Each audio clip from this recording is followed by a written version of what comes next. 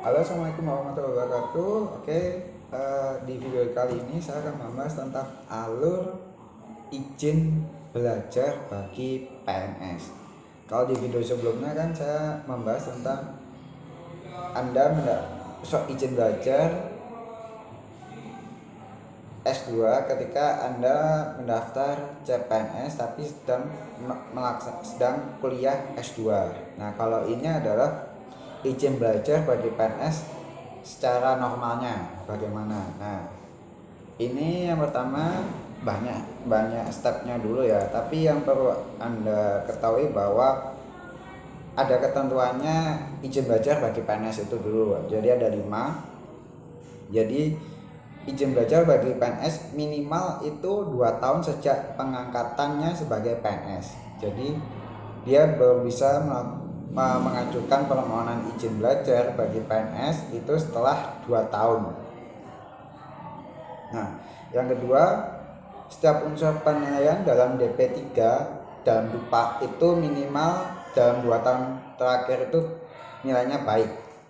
Jadi dalam DUPA-nya itu angka kreditnya SKP itu kategori baik. Nah, yang ketiga, tidak sedang menjalani hukuman disiplin tingkat sedang ataupun berat.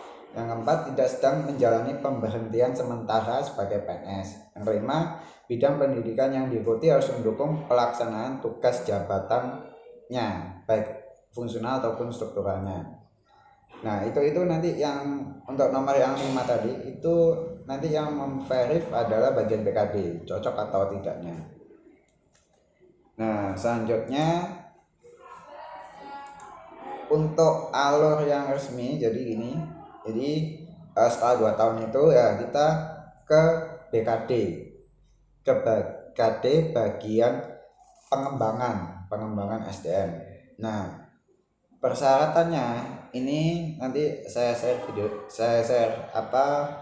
fotonya di sini. Nah, fotokopi akreditasi jurusan, rencana jadwal kuliah, daftar mata kuliah yang akan ditempuh, kemudian yang D ini surat rekomendasi dari kepala SKPD atau unit kerjanya, kemudian surat pernyataan dari PNS, kemudian surat keputusan pembagian tugas belajar asli SKP dalam 2 tahun terakhir, uraian pekerjaannya. Nah, ini posisi Anda belum keterima ya, jadi ini melampirkan dulu. Kalau di website perguruan tinggi itu biasanya sudah ada ya, jadi rencana jadwal kuliah, mata kuliahnya itu apa saja itu sudah ada, daftar mata kuliah yang akan ditempuh itu juga sudah ada. Kemudian lanjut ke verifikasi berkas. Nah, apabila berkas yang dari persyaratan tersebut lengkap, maka dia akan disetujui. Kalau belum lengkap, dia ditolak dan dikembalikan untuk dilengkapi. Nah, kalau sudah diverif kemudian terbit surat persetujuan rencana studi, itu masih rencana ya, jadi masih rencana. Nah, dia akan keluar penerbitan surat persetujuan rencana studi. Nah, kemudian PNS ini mendaftar ke perguruan tinggi tersebut. Nah, biasanya kan nanti di ininya ada gelombangnya. Biasanya gelombang pendaftaran S2 itu Maret sama Oktoberan. Kalau Maret itu nanti masuknya di bulan Juli Agustus, kalau Oktober masuknya nanti di bulan Januari semester genapnya.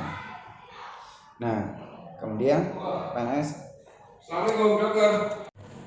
Oke, saya ada pasien lagi guys. Jadi tadi ada pasien. Baik, sebentar kita kembali lagi ke video ya. Soalnya lagi shootnya di puskesmas ini. Jadi tadi kalau sudah terbit surat persetujuan rencana studi, maka Anda baru akan mendaftar ke perguruan tinggi negerinya tersebut. Nah, kalau keterima, baru nanti PNS itu akan mengajukan izin belajar.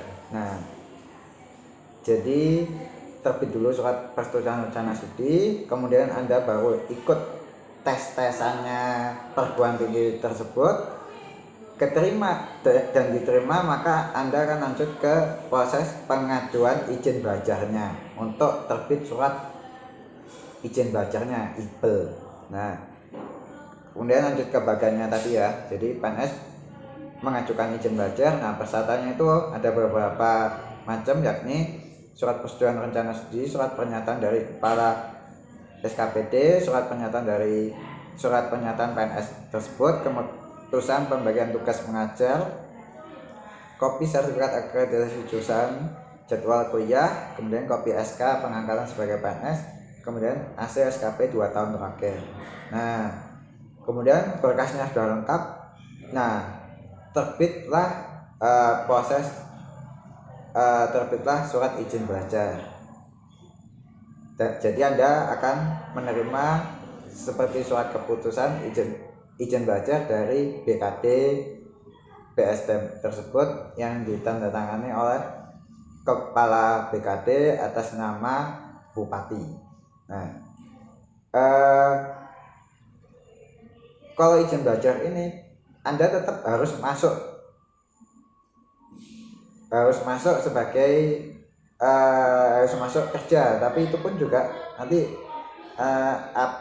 seperti ada ketentuannya, tapi tetap Anda diperbolehkan untuk mengikuti jadwal kuliah. Jadi ini berbeda dengan tugas belajar. Kalau tugas belajar itu Anda full tidak masuk, tapi kalau izin belajar Anda tetap melaksanakan kewajiban Anda sebagai ASN, sebagai tupoksi Anda, tetapi diperkenankan untuk jadwal-jadwal kuliah Anda meninggalkan untuk tidak bekerja atau hanya meninggalkan jam tertentu.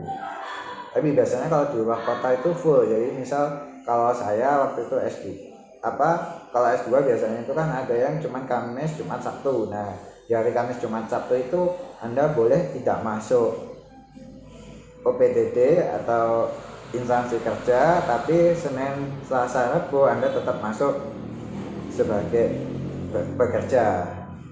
Jadi seperti itu izin belajar PNS yang normalnya. Mungkin kalau ada yang mau tanya-tanya silahkan di kolom komentar, like and subscribe jika Anda suka. Thank you guys.